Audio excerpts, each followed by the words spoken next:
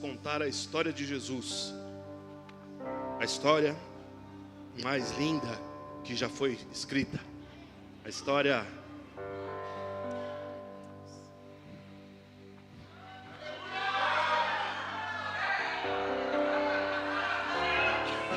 que move os nossos corações. A gente precisa resgatar o nosso amor e a nossa paixão pelo Senhor Jesus. Ele é o motivo maior da nossa adoração. Ele é o motivo pelo qual nos reunimos. Esse culto, o culto cristão, meus irmãos, está escrito em Hebreus que Jesus participa junto. Porque a Bíblia diz assim que Ele vai levantar as mãos no meio da congregação, junto com os irmãos, para adorar o Pai. Então, Jesus está presente. Ele, como nós cantamos, Ele é o centro, Ele é o anfitrião. Ele é a razão das nossas vidas, a razão da nossa alegria.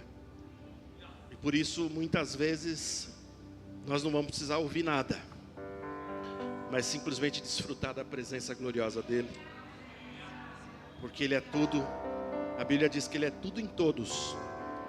Ele é tudo em todos.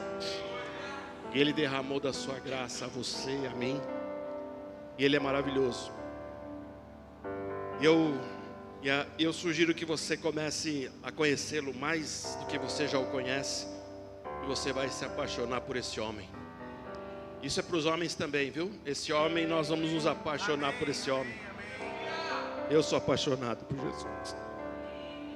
Eu sou apaixonado por Jesus. Amém, queridos? Vamos cantar. Aleluia. Lá na cruz rendeu ao autor da vida que venceu, poder sem fim. Jesus mostrou na cruz do Rei.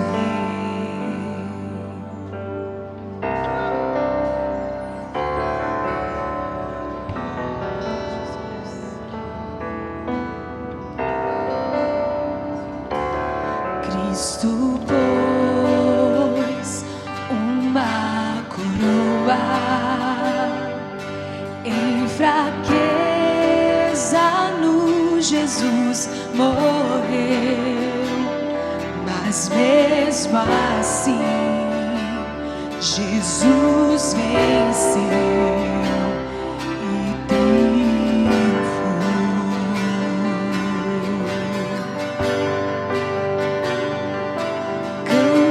Cantarei somente a cruz, nela vou me gloriar. Sangue Deus ali verteu, se na cruz Deus me justificou.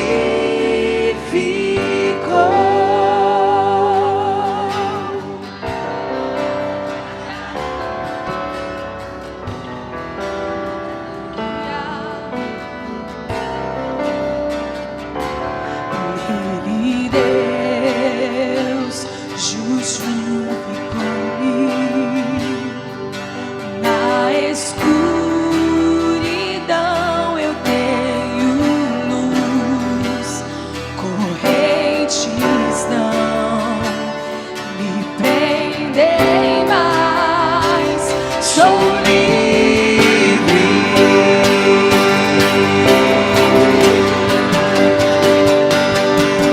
Cantarei somente a cruz, nela vou me gloriar. Sangue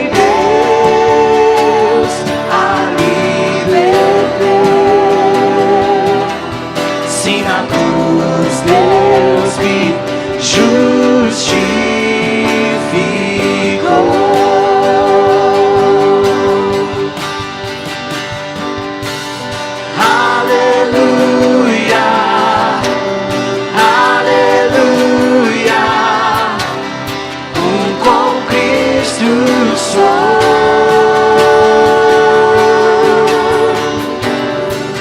Aleluia, aleluia, nele vou viver. Aleluia, aleluia, com Cristo sou. Aleluia, aleluia, nele vou viver.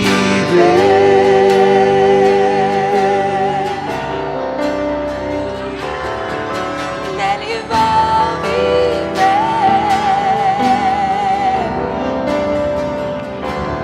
Deve sim virar em glória, toda a criação se prostrará, confessará que só Jesus é o Senhor.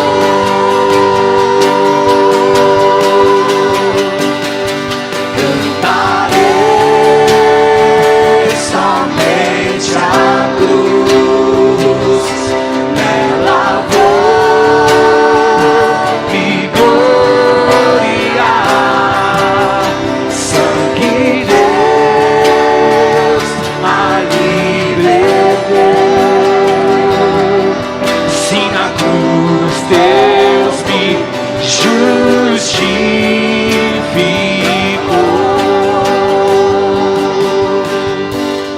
cantarei somente a cruz, nela vou me gloriar. Sangue de Deus ali verteu. Só na cruz eu vou me gloriar. Só na cruz eu vou me gloriar. Só na cruz eu vou me gloriar.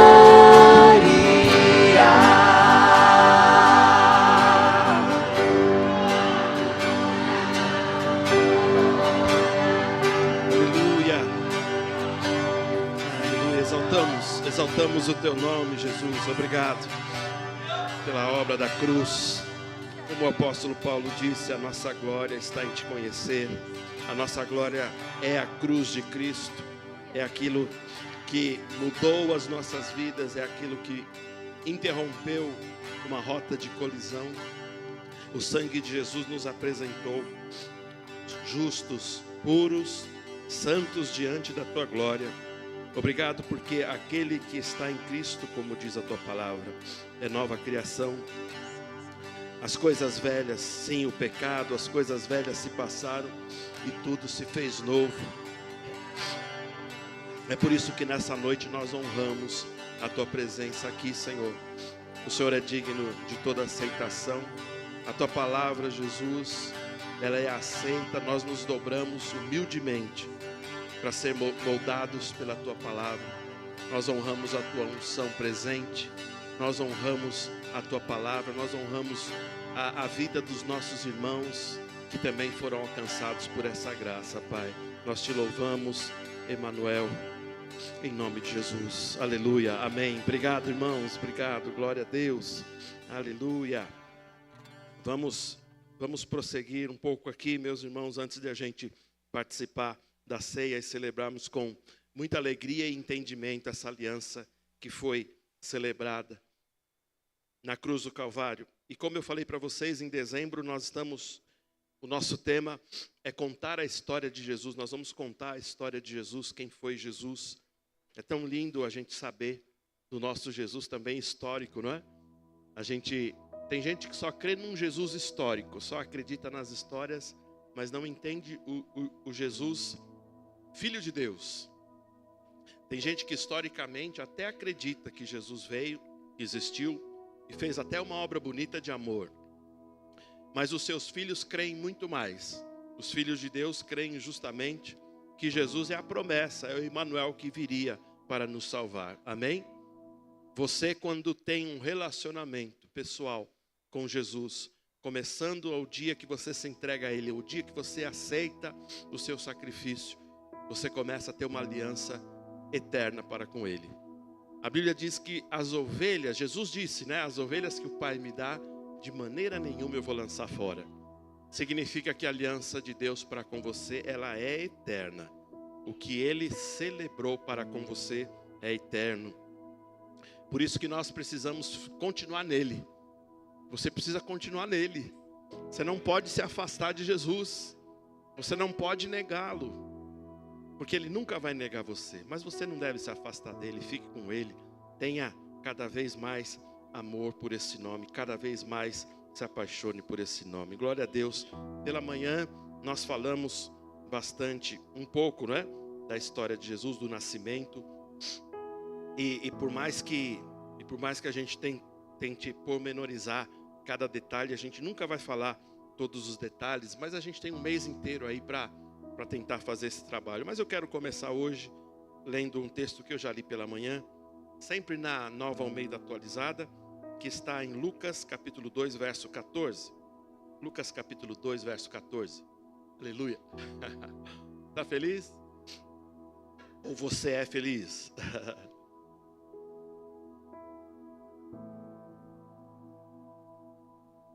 Diz assim: glória a Deus nas maiores alturas e paz na terra entre os homens, a quem Ele quer bem. É interessante esse texto, ele fala de uma saudação angelical.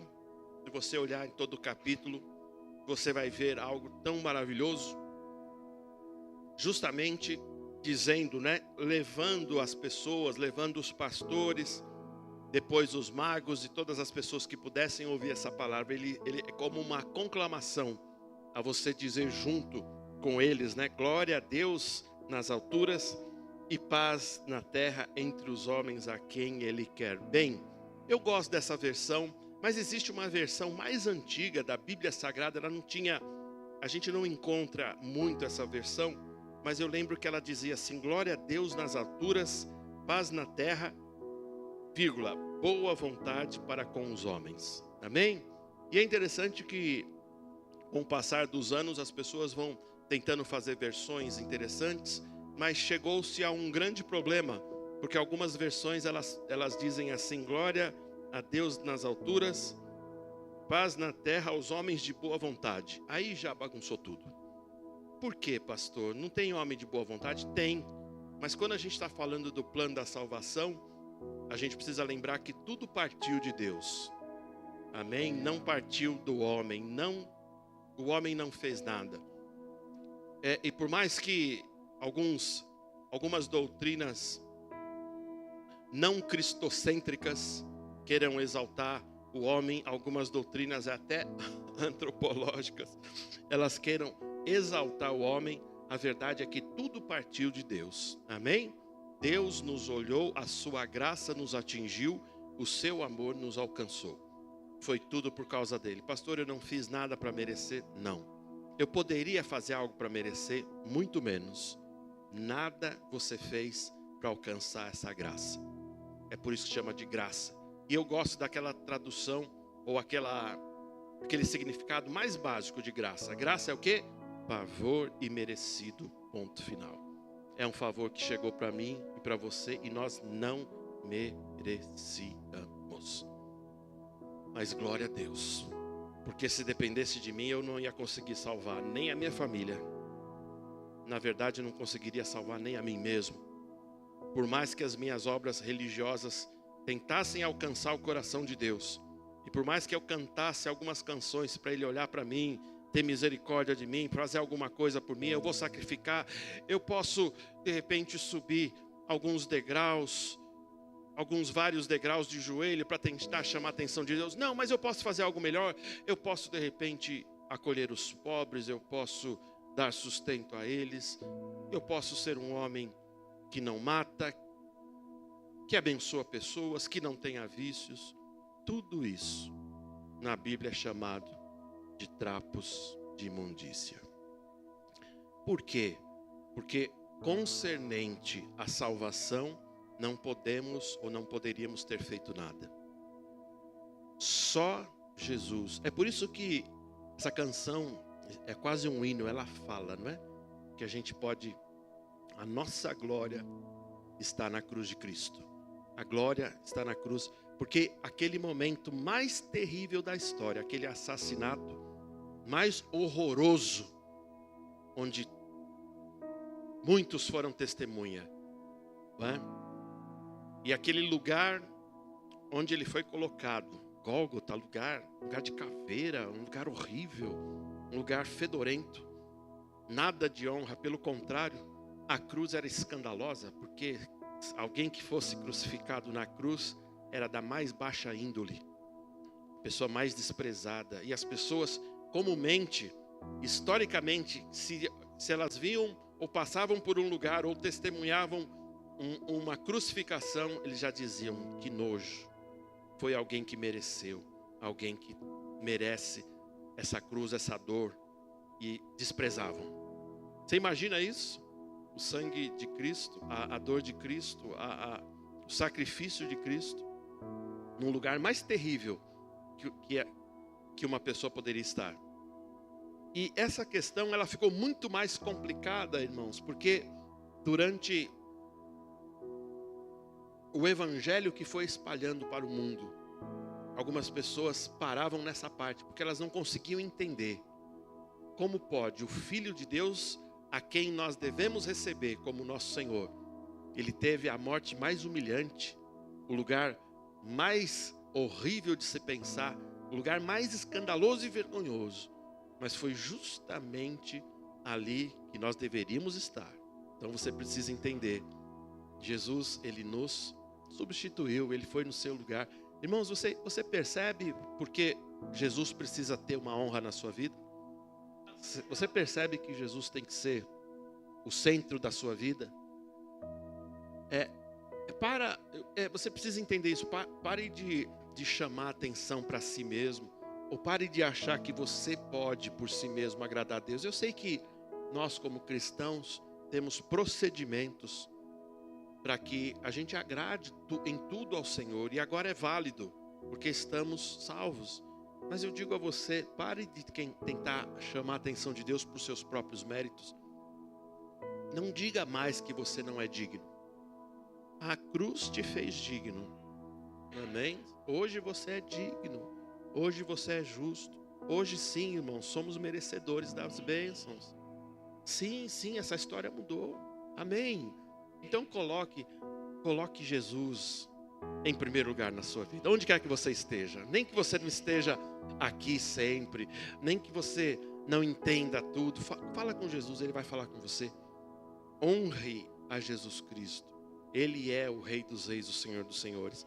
Mas nessa série de dezembro, eu quero que a gente conte aqui alguns trechos da história de Jesus, para você se encantar e se apaixonar mais por esse homem. Glória a Deus. Mas eu gosto desse texto. Glória a Deus nas alturas, paz na terra e a boa vontade de Deus para com os homens. Porque no tempo das trevas, até que Cristo se manifestasse, só para você ter uma ideia, o profeta Isaías, por exemplo, que quando ele começa a trazer revelações do sacrifício vicário de Jesus, era em média 600 anos antes de Cristo. Você consegue imaginar? Então alguma coisa parece que ia acontecer. E a gente fica pensando, né? A gente não estava acompanhando todo o tempo da história, mas a questão é que a gente às vezes fica tão impaciente, não é? Com algumas coisas que não acontecem. Mas Deus havia prometido que o Messias iria livrar a casa de Israel. E por consequência, todos aqueles que se dobrassem ao seu senhorio.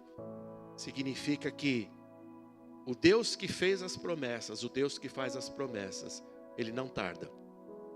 Amém? Ele não tarda Pelo contrário, as promessas que Ele fez para você, Ele há de cumprir um dia. Amém, queridos? Então, falando de Emanuel, a gente está vendo assim que Deus, Ele é adorado nas maiores alturas e Ele precisa ser adorado e Ele merece toda a adoração. E mesmo que a gente não adorasse, os anjos o adorariam, a criação o adoraria. E a boa vontade veio de Deus para com todos os homens.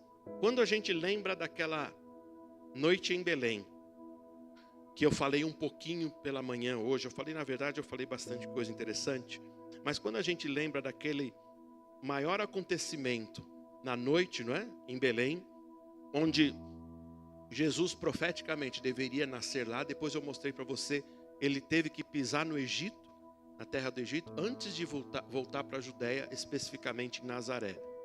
Então Jesus, o que nasceu em Belém, ele também foi chamado de Nazareno, ele é chamado também do Nazareno, morou lá em Nazaré, amém?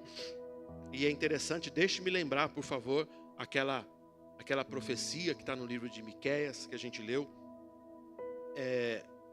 eu acho que é Miqueias capítulo 5, verso 2, é isso? Isso. Põe lá para mim, o Gui.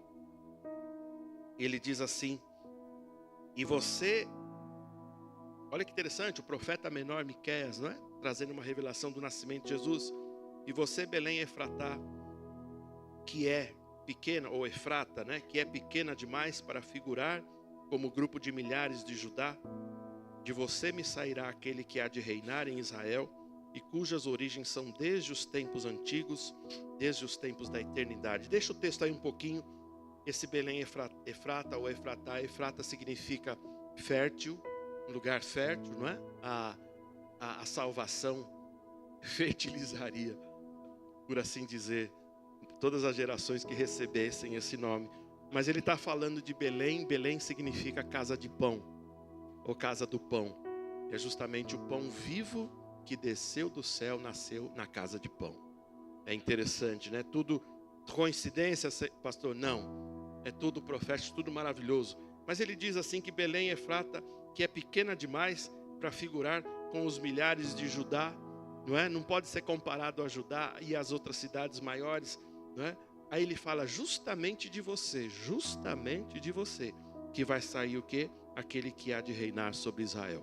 Por isso que a Bíblia nos chama a considerar isso. Não, nunca desprezemos os pequenos inícios, nunca despreze o começo, ainda que seja simples. Melhor é o fim das coisas do que o começo. E certamente o que Deus está fazendo com você, naquele princípio que às vezes você nem considera, pode sair algo muito grandioso, pode sair algo maravilhoso. E foi justamente essa bênção que aconteceu, porque ele diz, de você me sairá aquele que há de reinar sobre Israel. E ele fala das origens eternas de Jesus Cristo, amém? Jesus Cristo que te salvou. Então, eu peço que você repare, Jesus ele nasceu, não é? Ele nasceu em algo sem nenhuma pompa, nenhuma circunstância, nenhum lugar de honra. Ele nasceu num lugar bem complicado. Nós falamos bem detalhadamente. Ele nasceu numa manjedoura, não é? E a palavra presépio, ela tem esse significado justamente de um lugar, de um estábulo de animais. E foi para lá que ele começou os seus dias. Ele não teve um hospital São Luís, né? Lá na Paulista. Nenhum Promatre naquela região lá, né? Ele não teve um lugar de honra. Ele não teve um enfeite bonito, mas pelo contrário foi tudo improvisado, bem complicado. Mas a questão, eu quero que você veja, não estavam presentes aqueles que conheciam a lei. Meu Deus, como isso é sério. Começa a ser sério. Os doutores da lei que tinham as profecias na cara deles, debaixo do nariz deles, não puderam perceber. Você imagina o que é isso? Você imagina que, desculpe-me a falar a palavra, que desgraça daqueles homens. Eles não experimentaram a graça, pelo contrário, uma desgraça, porque a lei e os profetas e os salmos eles já tinham. E ali dizia, que um Salvador seria dado, que aconteceria num lugar, mas no momento em que Jesus nasceu, um momento glorioso, nenhum doutor da lei estava lá, nenhum fariseu, nenhum homem importante, nenhum sacerdote que conhecia não estava lá presente. Mas quem estava lá? Como a gente falou, os pastores, os magos que estavam no Oriente, as miríades angelicais honraram a Jesus Cristo naquele momento. Amém, irmãos? Olha que maravilhoso, olha que maravilhoso. Não tenhamos a revelação de Deus embaixo do nosso nariz e não a percebamos. Aquilo que você está recebendo hoje é como Deus falando com você, o Espírito falando com você. Não despreze, pelo contrário, fique atento. Deus quer mover você, quer mover o seu coração. Seja sensível à voz do Espírito, faça o que Ele está fazendo. A gente não pode perder o tempo. Você sabe que tem um momento para acontecer as coisas? Você sabe que tem um momento? E por mais que as pessoas falem, está demorando, em algum momento da história vai acontecer. Vai acontecer. Aí eu pergunto, quem vai ser testemunha desse momento? Aqueles que não arredam o pé, aqueles que mantêm a sua fé, aqueles que continuam crendo em Jesus, amém? Mas quando nós pensamos um pouquinho no nome Emanuel, Emanuel significa Deus conosco. O nome Emanuel, na verdade, é uma transliteração, meus irmãos, do hebraico, que se escreve com 2 M's, Immanuel, não é? É uma palavra composta, não é? Que tem o termo El, não é? Que é um dos mais utilizados para se referir a quem? A Deus. E quando você traduz essa palavra, o nome Emanuel significa o Deus que está conosco. O Deus que agora está junto da humanidade. O Deus que se revelou aos homens. Amém?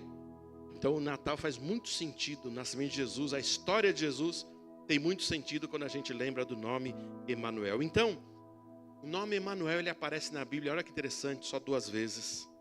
Primeiramente ele aparece no profeta Isaías, que a gente já leu de manhã, 7,14 de Isaías. Depois o nome é citado também, né? Esse nome também é citado no cumprimento final da mesma profecia que a gente leu em Mateus 1,23 essa manhã, tá certo? Então, esse nome, ele significa o Deus que se revelou. Eu pergunto a você, a igreja brasileira, ela tem a revelação do Deus que se revelou? Deveria ter, né? Deveria ter, porque os cristãos, eles são aqueles que mais têm contato com a palavra, mas muitos ainda não têm. Por isso que a gente vê em alguns grupos aquelas famosas frases que é só para causar um efeito, mas não tem nada de bíblico. Você já viu as pessoas falarem, quando as pessoas perguntam assim, o que está acontecendo? A outra não sabe, ela fala, é mistério. Já viu isso? Eu já ouvi inúmeras vezes, é mistério, não é? Então, quando você não... Eu lembro que eu perguntava algumas coisas para alguns líderes, eles não sabiam responder por não conhecerem. Falava, irmão, isso é mistério. Isso aí precisa desenrolar o manto para entender. Aí eu falei, sério que é isso mesmo? A Bíblia apresenta um Deus de revelações, não mais um Deus de mistérios. Quando a gente entende o Emanuel, é o Deus conosco. É o Deus que, depois do tempo de escuridão, sem resposta, sem uma manifestação dos céus, Ele resolve o que? Se manifestar. Tendo vindo o tempo propício, o tempo maduro, o que aconteceu? Deus se revelou através de Cristo, fazendo com que Cristo nascesse. Amém? Então, Emanuel é o Deus que se revelou. Então, Deus é um Deus de revelações. É um Deus que tem o desejo de revelar-se a você, de falar ao seu coração, de te guiar em todos os momentos da sua vida. E se você o trata ainda de uma forma religiosa, você não conheceu o Deus da Bíblia. Porque a religiosidade ou os rituais, eles acabaram aonde? Aonde, meus queridos? A Bíblia diz assim que o fim da lei é o quê? Cristo. Cristo, ele não veio, preste atenção, para abolir a lei. Ele mesmo declara, eu vim para cumprir a lei. Porque a lei é boa. ela traz preceitos maravilhosos. Eu já falei isso. Nós vamos ver, por exemplo, o decálogo sendo repetido por muitos apóstolos. Os 10 mandamentos, eles são repetidos na nova aliança. Então a lei é boa. O que interrompeu-se no advento de Cristo é a religiosidade. Sabe o que é religiosidade? Rituais. Os rituais não têm mais sentido. Sabe por quê? Deus hoje, Ele não quer mais um sacrifício feito no altar.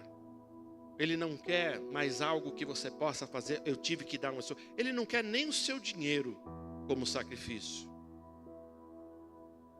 Mas o que Ele quer hoje é um coração entregue e uma vida rendida a Ele. Você vai ver Jesus e o próprio Deus falando: filho meu, me dá o seu coração. Ele quer que você o caminhe, que você ande com Ele. Amém? Você entende isso? Você entende isso? Então o nome Emanuel, ele tem um significado, porque ele apresenta o quê? A presença de Deus com seus filhos. Aleluia, aleluia. Profeticamente, nós percebemos que Deus desejava, por muitos séculos e séculos, estar próximo ao homem e à mulher. E Ele usa de muitos subterfúgios, inclusive um deles é a arca, porque a arca era uma representação da presença de Deus que estaria com o povo. E você vai ver muitas vezes a arca acompanhando o povo e o povo sendo abençoado. E quando a arca não estava próxima, o povo não era abençoado, porque Deus ali estava querendo mostrar um sentido para o povo e para a humanidade e para a história, de que sem Deus não podemos ser ou fazer nada. A questão é que Deus nunca habitou em templos feitos por homens. E por mais que os homens façam templos suntuosos, Deus não fica ali. Deus não fica ali. E Deus nem se impressiona pelos fios de ouro e pelas luzes e pelo telão, pelo data show. Não, Deus não se impressiona com isso. Porque Deus, Ele deseja hoje, nesta aliança, morar no seu coração e no meu coração. O nome Emanuel, repare, ele significa o Deus que se revelou para morar no coração dos homens. Todo aquele que recebe a Cristo, aquele que recebe a verdade das Escrituras e entende o Evangelho, recebe a Cristo. Nós vamos ver então que Jesus, ele nas Escrituras, ele recebe nomes e títulos maravilhosos, meus irmãos, que apontam justamente para a sua glória, a sua majestade, para a sua humanidade e sua divindade. Esse é um mistério que o cristão de hoje precisa saber. Cristo veio como carne, e João deixa bem claro: se alguém negar que Cristo veio em carne, o tal não é dele. Porque Jesus esteve em carne, sim, aqui. E alguns o testemunharam, e a história escreveu, e nós temos a história e temos muito mais a fé em saber que ele esteve aqui.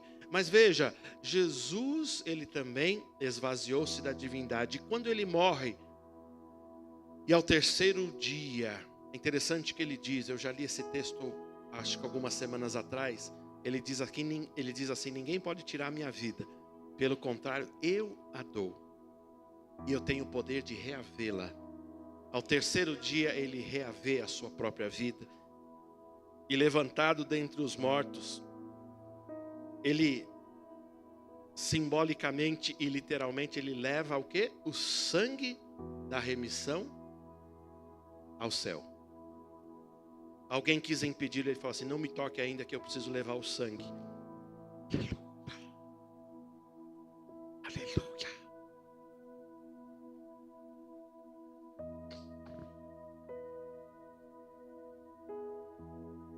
O sangue é o sangue que ele ofereceu. O sangue não foi preço para o diabo. Toma aqui, liberta o meu povo. Não. O sangue de Cristo é um memorial eterno no céu para Deus.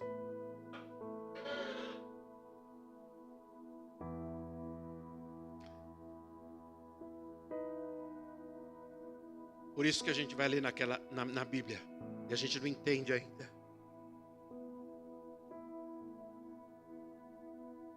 A gente não entende ainda algumas questões que a gente lê. Mas quando Jesus leva o sangue aos céus, eu acho que houve uma grande surpresa entre os anjos, que a gente vai ler em outro trecho, onde diz assim: levantai, ó portas, vossas cabeças, para que entre o Rei da Glória. Quem é o Rei da Glória? É como se eles olhassem, ele está voltando, está vivo. Levantai-vos, ó portais eternos, para que entre o Rei da Glória. O Rei da Glória, completando o sacrifício, levando o memorial eterno, o sangue da justificação. Por isso que ele é aquele que precisa ser adorado por você. Você precisa, não que ele necessite da sua adoração, entenda isso. Jesus é todo glorioso, com você ou sem você. Mas quando nós entendemos isso, a gente quer fazer parte disso, não é? A gente quer fazer parte disso. Por isso que Jesus, em carne, viveu em carne e morreu em carne. Mas quando ele foi levantado, e ele leva esse sangue, o seu corpo é glorificado, o nome, que é todo nome, é dado a Jesus. Agora repare isso, ele recebe, como eu disse, alguns nomes e títulos maravilhosos, que justamente apontam para a glória dele. Para a glória dele, para a majestade, para a humanidade, para a divindade dele. Ele é chamado o Filho do Homem. Talvez você fale, o homem é Deus? Não, ele é o Filho do Homem por causa do seu ministério terreno, ele é carne. Isso é revelação, irmãos, é carne, ele é carne também. Ele foi filho da humanidade, entendeu? Lembra que eu te falei, nasceu, né, da semente de Deus, engravidou, Maria engravidou do Espírito Santo, mas Maria era humana. Jesus nasceu humano, só que não foi de espermatozoide masculino, engravidou do Espírito Santo. Que coisa linda.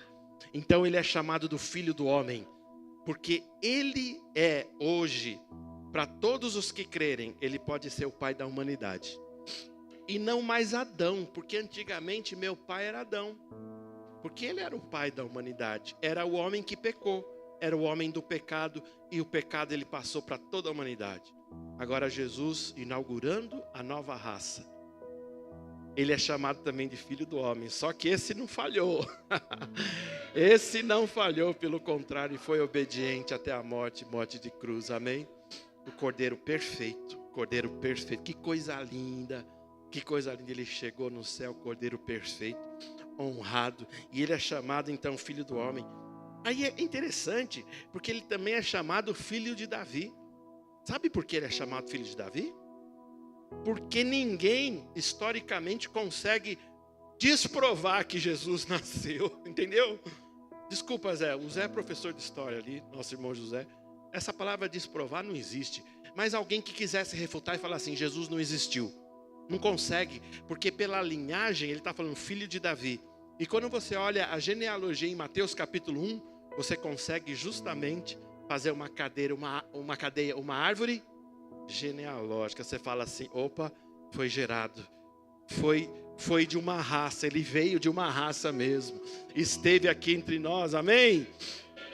Jesus não foi um anjo que, como alguns dizem, que desceu do céu. Tem umas religiões falando, Jesus foi um anjo aí que apareceu no meio aí. Não, isso invalida o sacrifício, isso invalida o que nós cremos.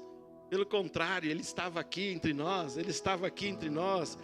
e espiritualmente, misticamente, ele está aqui no nosso meio também. Ele está no nosso meio.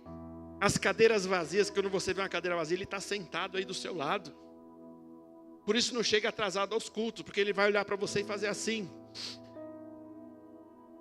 Mas eu quero dizer a você, ele também está na vida do seu irmão aí, da sua irmã. Quando você olha para ele, olha para o seu irmão aí, por favor. Ele está na vida do seu irmão aí. Você consegue enxergar isso? Que coisa maravilhosa. Mas ele também, irmãos, é chamado, sabe do quê? Do alfa e do ômega, do princípio e fim. Jesus é aquele que fecha a questão. Por que ele é o alfa e o ômega? Por que a gente está contando a história disso? Porque ele começou uma história, ele é o alfa. E ele vai terminar a história, amém? Entende isso? Não tem outro no meio, não existe possibilidade. Só Jesus é o alfa e o ômega. Aleluia. Você consegue imaginar o Filho unigênito de Deus? O único Filho de Deus. Espera aí, pastor, se ele é filho, ele foi criado por Deus? Lógico que não. Nós entendemos isso. O Deus trino que extensamente é pregado ou é ensinado ou tem a doutrina na Bíblia, não é? Ele é um Deus trino, é o Deus Pai que tem a proeminência da criação.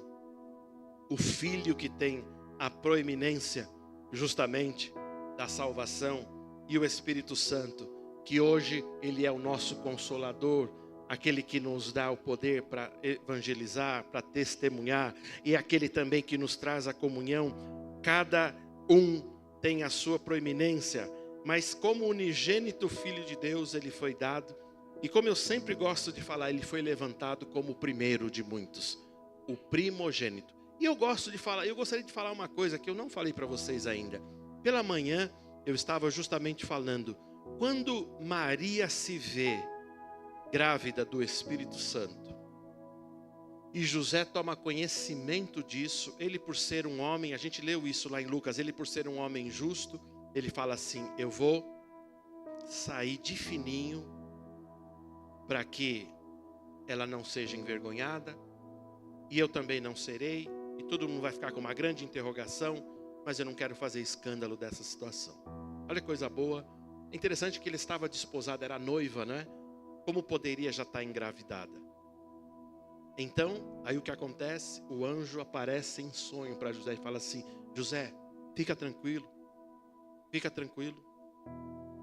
Maria, ela é santa, ela é virgem, ela está grávida porque o Espírito Santo colocou a semente lá. Fica em paz, fica tranquilo, está tudo em paz. E quando ele acorda do sonho, o que ele faz? Ele faz tudo que o anjo ordenou. E ali acontece algo maravilhoso. Que, por entender isso, a Bíblia fala que José não teve relações sexuais com Maria, até que Jesus nascesse. É interessante a história contar isso, não é? Porque deixa bem claro que ninguém poderia falar, não, de repente foi a semente de José, o pai humano de Jesus. Não. Ele tomou um cuidado para que não tivesse relações com ela até que Jesus nascesse. Aí repare, os evangelhos chamam Jesus de primogênito dos irmãos na terra também, porque ele teve muitos irmãos na terra, amém? Agora o que é mais glorioso é que ele é primogênito na obra da redenção. Foi no lugar representando a todos nós. Foi condenado, o peso, o sacrifício do pecado caiu sobre Jesus. E o que acontece quando ele foi levantado? A Bíblia diz que ele levantou a muitos. E ele levantará muitos, não a todos, a muitos, porque o evangelho precisa que haja uma manifestação de quem quer recebê-lo. João 3,16 diz que ele amou o mundo de tal maneira para que todo aquele que nele crê não pereça, mas tenha vida eterna. Mas a verdade é que Jesus é o nosso irmão mais velho, é o primogênito, ele que abriu as portas da salvação, ele que experimentou primeiro a salvação. Está comigo ainda? Mas ele também é chamado o leão da tribo de Judá.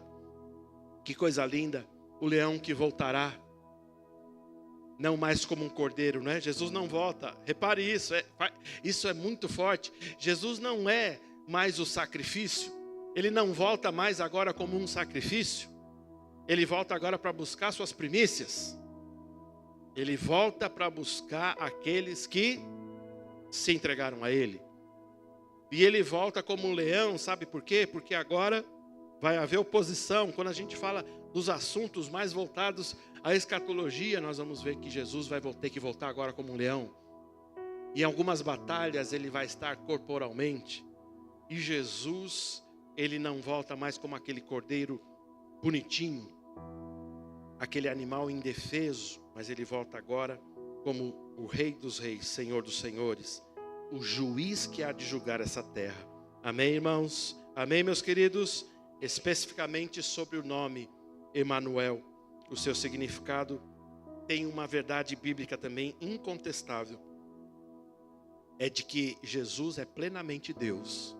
Jesus é plenamente divino. E assim também como ele é plenamente homem. Emanuel aponta para a natureza humana e a natureza divina de Jesus.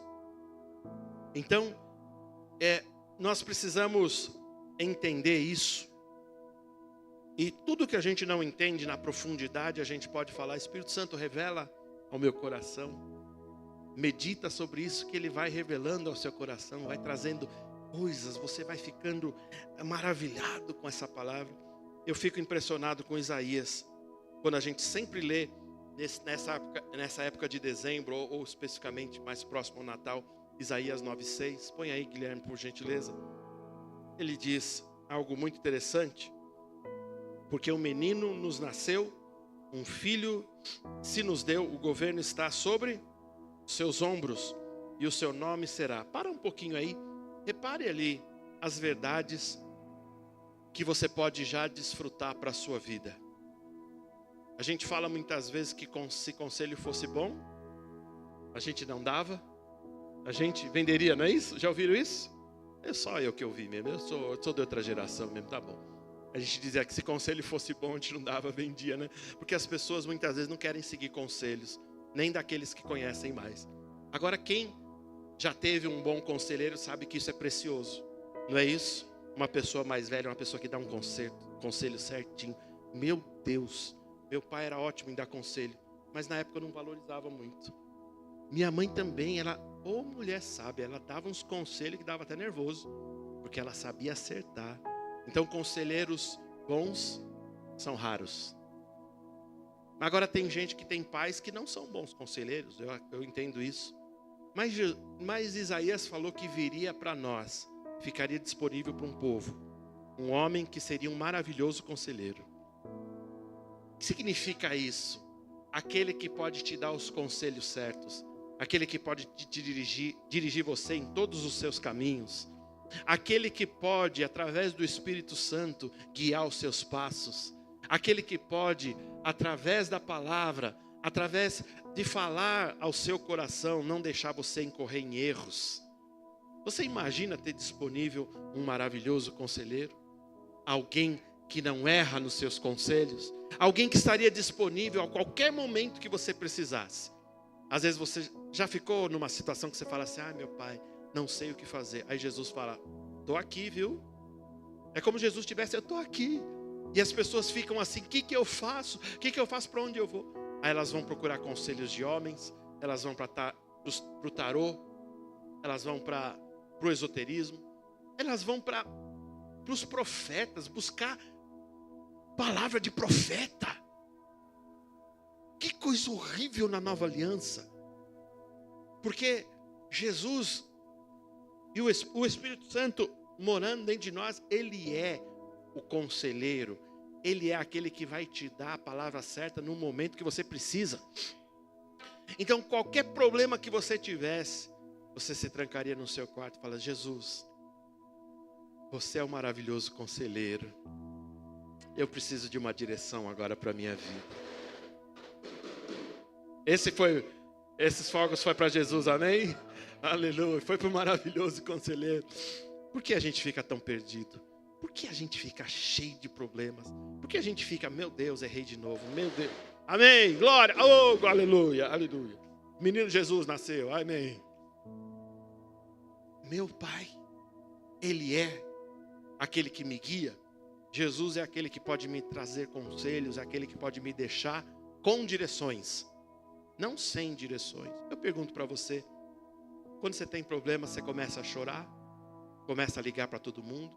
Alguns não sabem o que fazer e colocam nas redes sociais, né? É a pior coisa que tem, né, pastor Roberto? Fala assim: hoje eu estou perdido. Tá bom. Ele diz assim: hoje, a pessoa fala assim: hoje eu estou perdido, acordei sem direções. Misericórdia, ó Deus. Eu falei: meu Deus, é pior que o incrédulo. Porque tem incrédulo que pelo menos vai buscar um bom conselheiro. ou ele não conhecendo ainda a Deus, ele chama a Deus, Deus me ajuda. E a graça natural que alcança a todos, Deus o ajuda de verdade. Agora os cristãos são aqueles mais problemáticos. Que geração a gente vive? Que problema nós temos hoje? Porque as pessoas buscam pouco. Eu pergunto a você, como é que você está na sua busca com Deus? Você tem buscado? Você tem tido um tempo com Ele? Você tem tido um tempo no seu quarto, onde você se derrama diante dEle? Onde você fala, mas fica quieto para ouvir Ele falar também. Porque o Espírito Santo vai falar aos nossos corações. Mas não para aí, meus irmãos, Ele é chamado de maravilhoso conselheiro. Mas Isaías o chamou também do Deus forte. Não é um Deus fraco, é um Deus forte, é o Senhor dos exércitos. Irmãos, repare, é o Deus que tudo pode fazer. É o Deus da Bíblia, é o Deus que é chamado, é o Deus que se diz, para Ele não haverá impossíveis. Você já imaginou isso? É o Deus da Bíblia. É o Deus que te alcançou através do sacrifício de Jesus. Deus, Ele está em você, Deus é por você. A Bíblia diz, se Deus é por nós, quem será contra nós? Você precisa entender, Ele é o Deus forte, é o Deus que não pode falhar, o Deus que não pode perder, é o Deus que não pode perder nenhuma batalha. Mas muitas vezes a gente fica chateado, né? Porque a gente quer as coisas no nosso tempo. E Deus fala, calma rapaz, está acontecendo. Você já não orou? Deus não é surdo. Por isso que a Bíblia fala, quando você ora a Deus, quando você coloca algo diante dele, está lá, não precisa abrir lá não, está lá na primeira epístola de João, né, no capítulo 5, a partir lá do verso 14, diz assim, essa é a confiança que temos para com ele, no Deus forte. Se pedirmos alguma coisa segundo a sua vontade, ele nos ouve.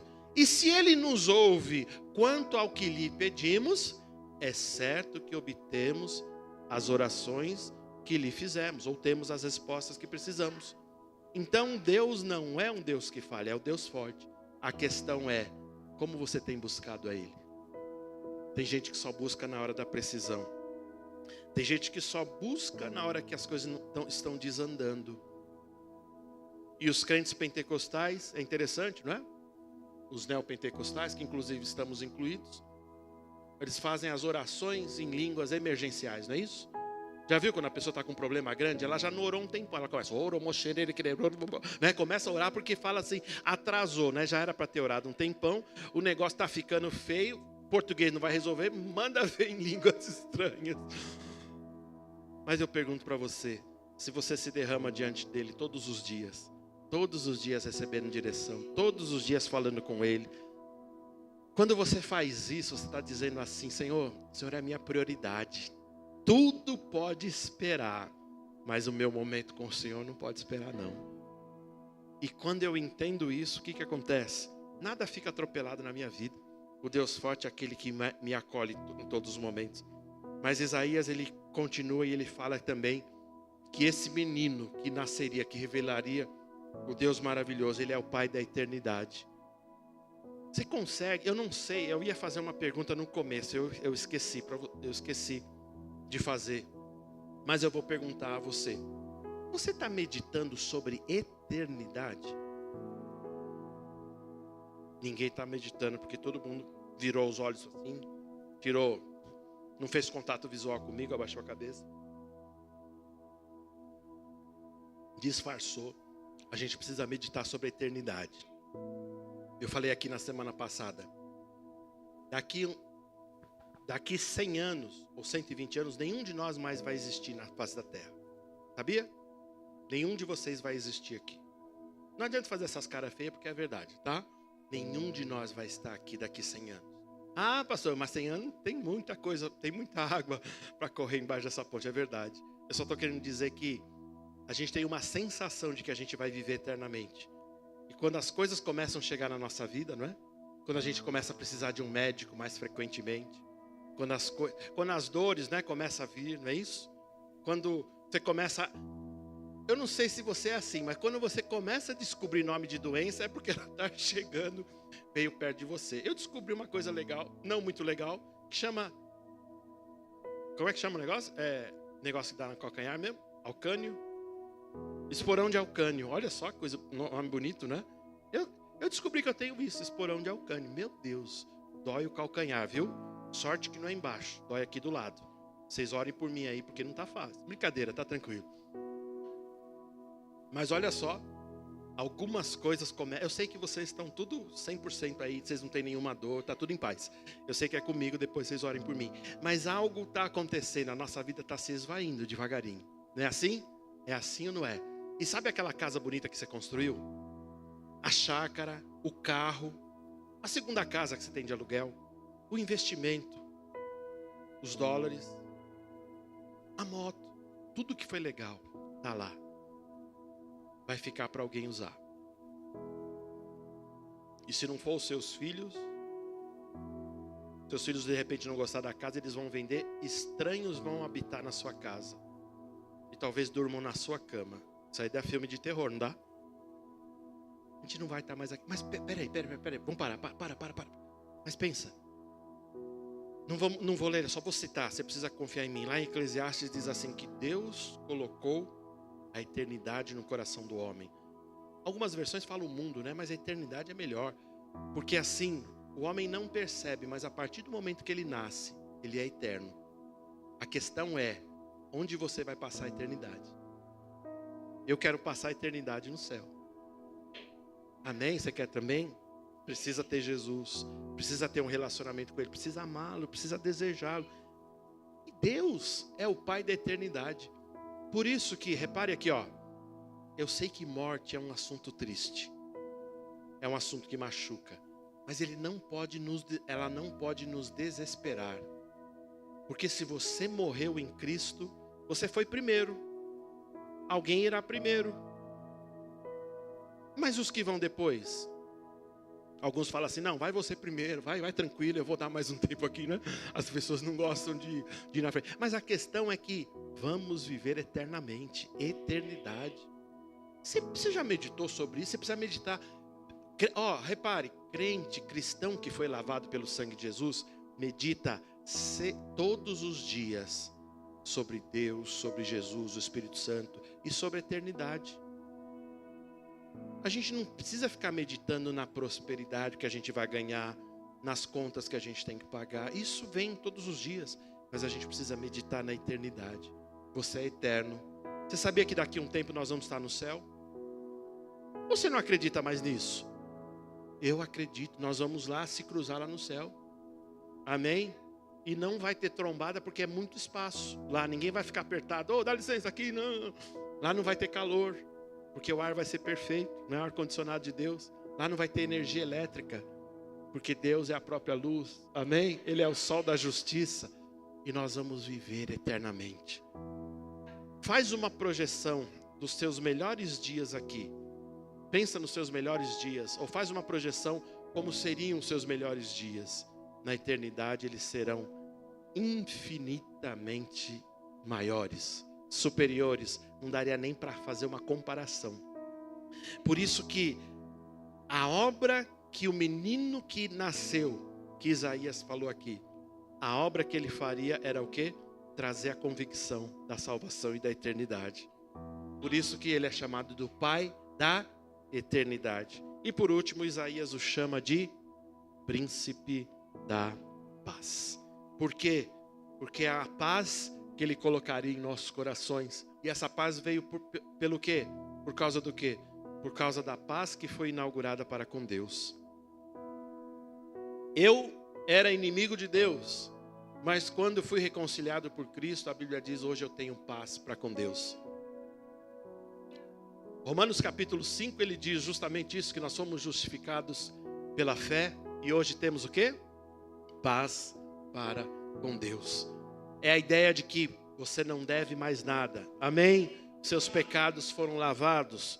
Você está diante do Senhor sem culpa e sem condenação. Entendeu? Entendeu? Não é maravilhoso isso? Vamos ler de novo. Põe de novo aí Isaías 9,6. Os irmãos vão ler aí de novo. Vamos lá. Isaías 9,6. Olha lá, vamos dizer só lá. O seu nome será. Vamos lá, todos juntos? Maravilhoso Conselheiro, Deus forte, Pai da eternidade, Príncipe da paz. Aleluia. Amém. Então, irmãos, Jesus é o cumprimento perfeito de todas as promessas. Tudo que estava no Antigo Testamento se cumpriu hoje em Jesus. Tudo convergiu em Jesus. Amém? E Jesus hoje, Ele prometeu estar com o seu povo. Jesus, Ele disse, não te deixarei jamais. Pelo contrário, Ele vai estar conosco até o fim do século. Até o fim dessa história, Ele vai estar conosco. Diga glória a Deus. Aleluia. Então, glória a Deus, amém. Aleluia. Glória a Deus. Você não pode deixar de sempre fazer isso, de declarar isso. Glória a Deus. Eu estou suando aqui, mas é de unção, tá bom? Vamos lá. Paulo escreve dizendo que Jesus, ele é a imagem do Deus invisível. Glória a Deus. Já o apóstolo João, ele ressalta algo aqui maravilhoso. Repare, ele diz assim, ele é o verbo que se fez carne. Põe aí, João 1,14.